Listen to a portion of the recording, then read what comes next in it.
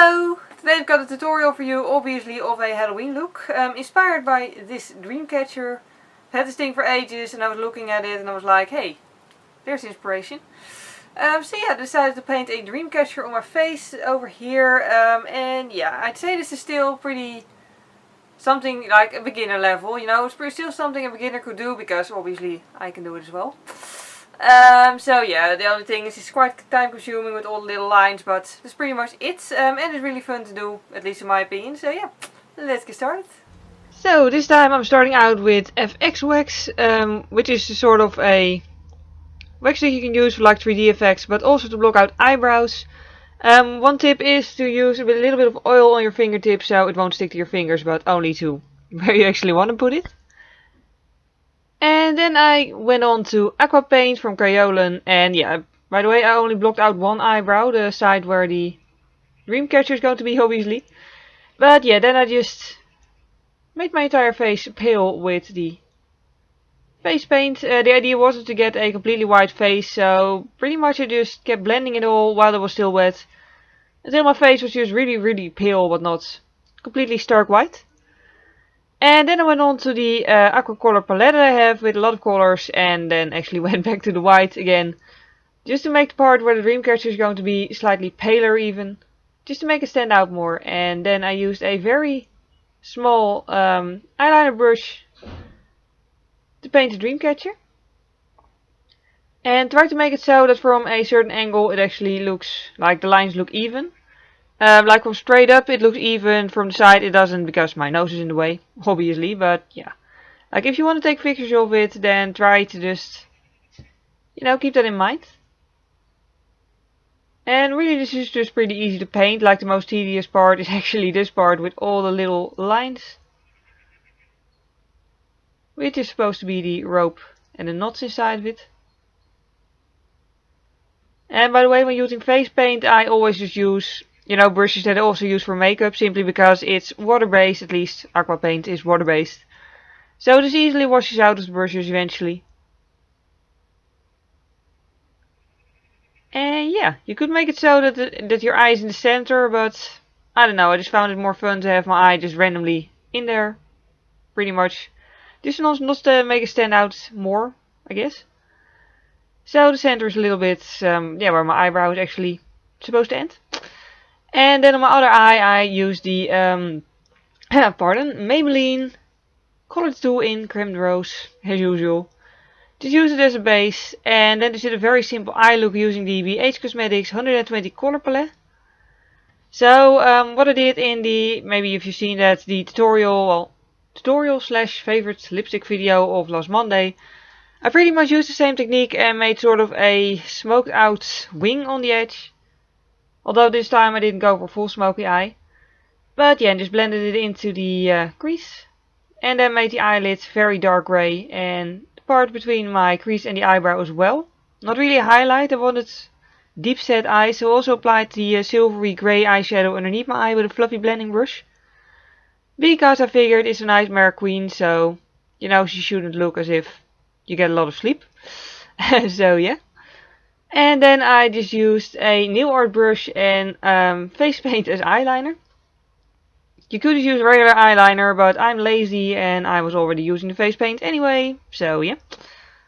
And these days I just use a nail art brush for it because it's far thinner than any eyeliner brush I've ever seen. So it just gives way more control and I can make a very thin line with it.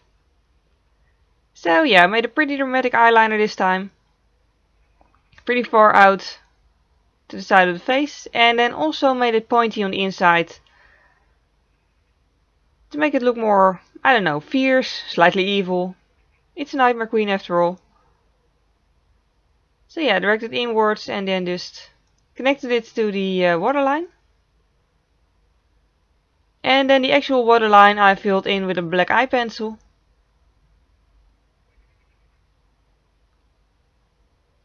Just to tie it all together. And then on the other eye I decided to do gold eye pencil. You could do white, you could do black, you could do grey if you have that, but I decided to go for gold. Pretty much because I've never used this pencil before. And then for my eyebrow, I use the NYX brow pomade. By the way, I'll just list everything I used down below in the description box as usual. And yeah, this time, because I wanted to go for a big evil eyebrow, I just went with a bigger brush than my actual eyebrow brush. And just really try to make my eyebrow bigger. You know, like longer, but really cover the, yeah, the space, the width of the eyeliner. And I just made the arch very, very pointy. Also dragged it more towards the inside, as you can see. And that's the fun thing about only doing one eyebrow. You're completely free because you don't have to do the same thing on the other side, so yeah. And that's the result. And then for eyelashes, I decided to only want eyelashes on really the outer corners of my eye. So yeah, you know, like more on top than on the bottom obviously. But these ones I got off Born Pretty store and they flare out on the outside. Used eyelash glue from Peggy Sage, by the way. So yeah, just stuffed it on there until it was in place. And then I also wanted to do something on the bottom lashes. So I just used a piece of eyelashes that I cut off because they were too long. And just carefully put it on the lower lid. Do make sure to not accidentally glue them to the top lashes, because that won't work. And then I decided to shape a little bit. You could use regular shaper or, you know, bronzer or whatever. I decided to go for face paint. Again, I was using it anyways. So yeah, just applied it and I used the dry side of the brush to blend it out with the white. Works pretty well actually. And then I did the same thing on my nose. I tried to make my nose a little bit more pointy than it actually is. And do be careful with this because you don't want to apply too much and then, you know, ruin your entire face paint. And then it's time for the 3D parts. So I used feathers and one little bead. And also liquid latex. The liquid latex is brandless by the way, but you know, it was really cheap and it works. So yeah, I'm pretty much just using that as glue to glue the stuff on there. If you really want to be sure this stays on there all day, you could use things like spirit gum or whatever. But personally I use liquid latex simply because you can remove it with water and soap. Whereas a lot of other face glue stuff you can't just remove with soap. So yeah, do be careful with that. Do make sure that you actually have something to remove whatever you use with.